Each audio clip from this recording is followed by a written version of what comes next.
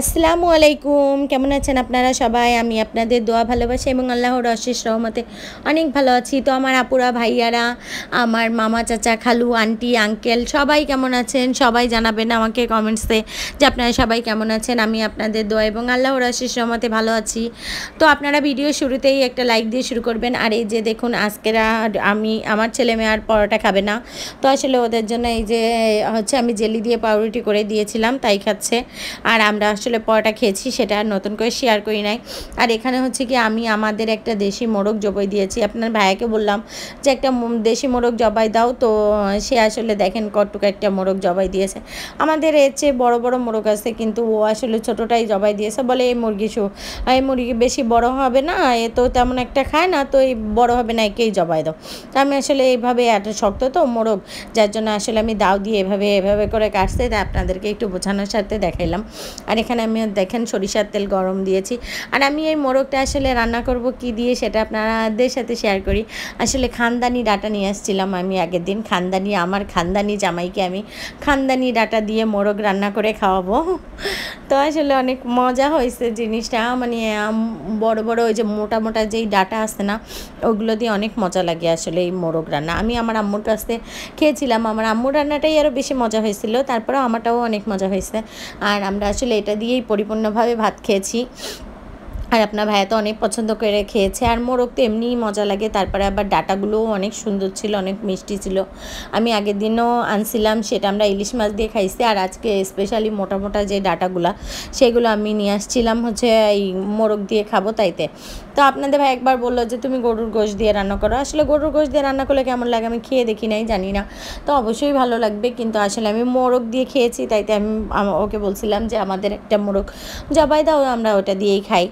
তো এখানে দেখেন আমি আসলে পেঁয়াজটা ভেজে আসলে এর ভেতরে সব মশলাই দিয়ে দিয়েছি। এখানে পেঁয়াজ দিয়েছি, পেঁয়াজ কুচিটাকে হালকা একটু ব্রাউন করে তারপর হচ্ছে আমি এর ভেতরে আদা ধনে জিরা দিয়ে একটু নাড়াচাড়া করছি। এরপরে হচ্ছে একটু হলুদের গুঁড়া, আমি আসলে হলুদের গুঁড়াটা দিয়েছি এবং ঝালের গুঁড়ার পরিমাণটা একটু বেশি দিয়েছি, কারণ কি ঝাল না হলে না, কারণ আমি তরকারিটা মানে যখন আমি ডাঁটাগুলো দিছি তখন আমার মানে এই দেখেন এই পাতিলটা কিন্তু অনেক বড়, কিন্তু মনে হলো কি পাতিলটা ভরেই গেছে, এরকম অবস্থা, মানে এত পরিমাণে। সো একটু ডাটা বেশি সেহেতু হচ্ছে আপনার ঝালের পরিমাণটা বেশি হবে, এই জন্য আসলে আমি ঝালের পরিমাণটা একটু বেশি দিয়েছিলাম। আর এখানে হচ্ছে হলুদের গুঁড়া, ঝাল আর হচ্ছে আমি লবণ দিয়েছি। তো আসলে কি বলবো, এভাবেই আসলে আমি সমস্ত মশলাটাকে সুন্দরভাবে কষাই। এর ভেতরে তেজপাতাও দিয়েছি। আমি এখানে মশলাটাকে সুন্দর করে কষায় নিচ্ছি। আর এখানে আমি অল্প একটু পানিও দিয়েছিলাম, যাতে মশলাটা সুন্দরভাবে কষানো হয়ে যায়।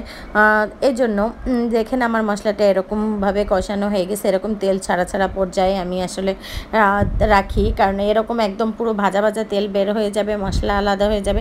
আমার কাছে আসলে সেরকম পর্যায়ে যখন আসে, তখনই আমি এর ভেতরে গোশ বা যে কোনো তরকারি আমি ওইভাবেই করি, কারণ মশলা কষানোটাই মেন। মশলা কষালে আপনার মশলা কষানোটা যত ভালো হবে, আপনার তরকারির স্বাদটা তত ভালো আসবে। এটাই হচ্ছে মানে রান্নার আসল মজা, যে আপনি মশলা যত বেশি কষাবেন, দেখবেন তার রান্না তত বেশি মজা হবে।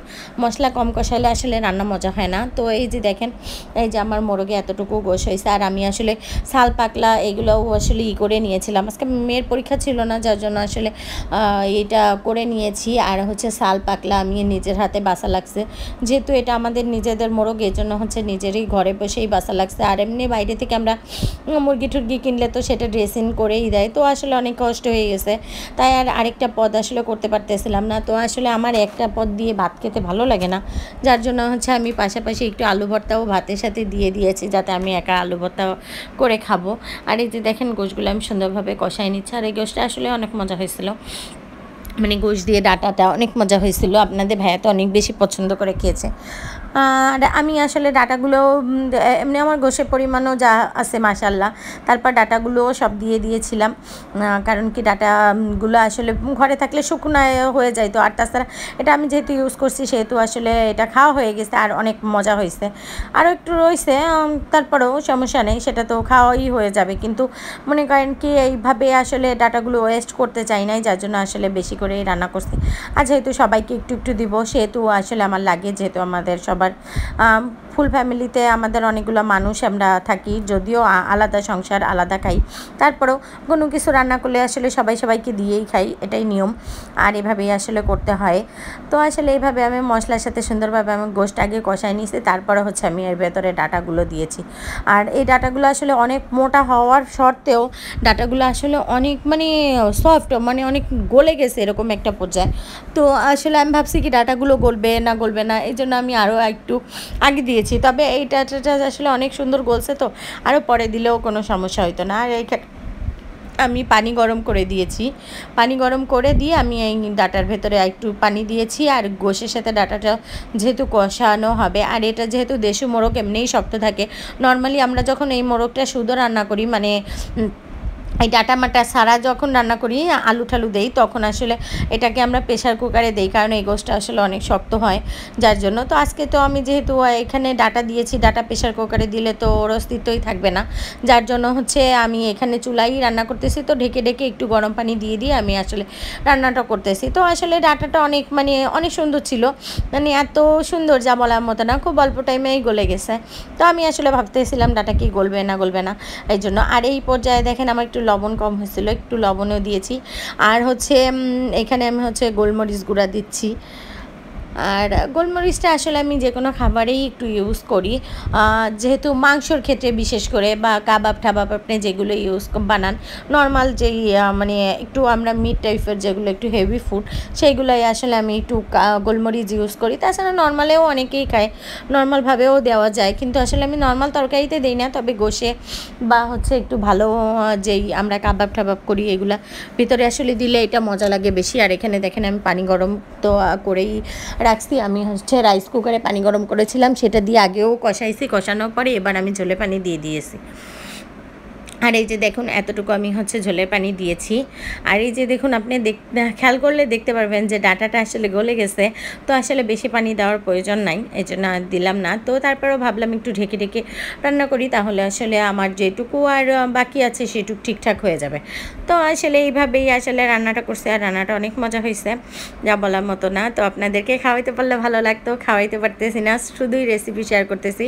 আর এখন আমি এর ভেতরে গরম মশলা দিয়ে দিয়েছি, গরম মশলা দিয়ে আমি সুন্দরভাবে এটাকে করে ফেলবো, কারণ আরও একটু আমার এই তরকারিটা আসলে আরেকটু হবে, যার জন্য হচ্ছে গরম মশলাটা দেওয়ার পরে আমি, আর অনেকেই আছে যে গরম মশলা দিয়ে উঠায় ফেলে, আসলে সেক্ষেত্রে হয় কি গরম মশলার ফ্লেভারটা অনেক বেশি বের হয়, আর আমার কাছে অত ফ্লেভার যুক্ত আসলে খাবার আমার কাছে অতটা ভালো লাগে না, যার জন্য।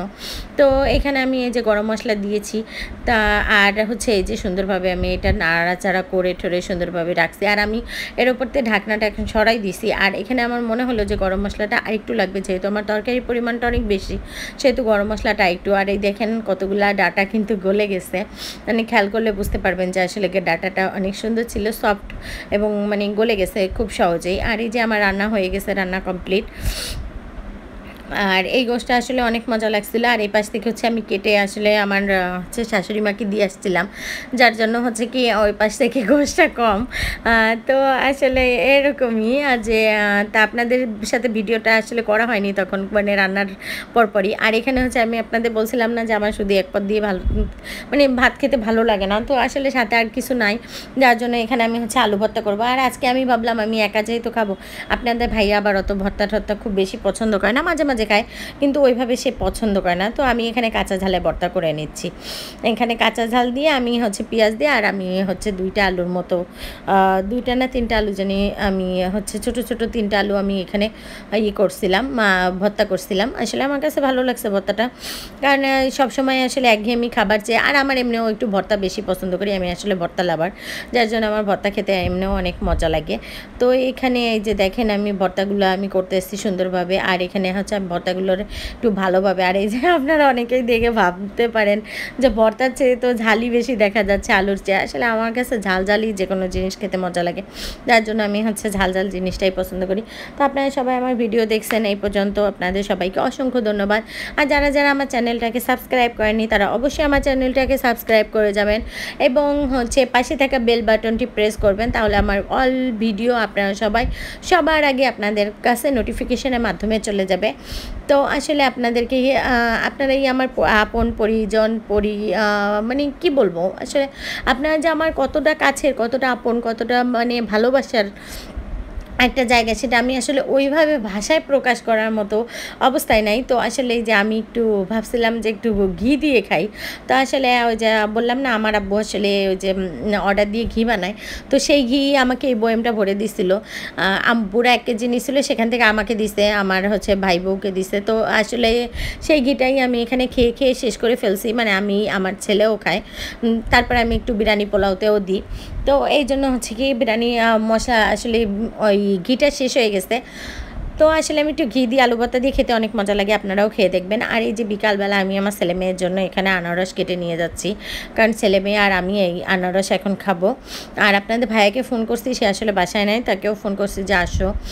তো সে যদি আসে তাহলে আর একটা আনারস কাটবো, এখন আর কাটবো না, কারণ দেখা গেল সে আসলো না, আর নষ্ট হবে। তো আপনারা সবাই ভালো থাকবেন, সুস্থ থাকবেন।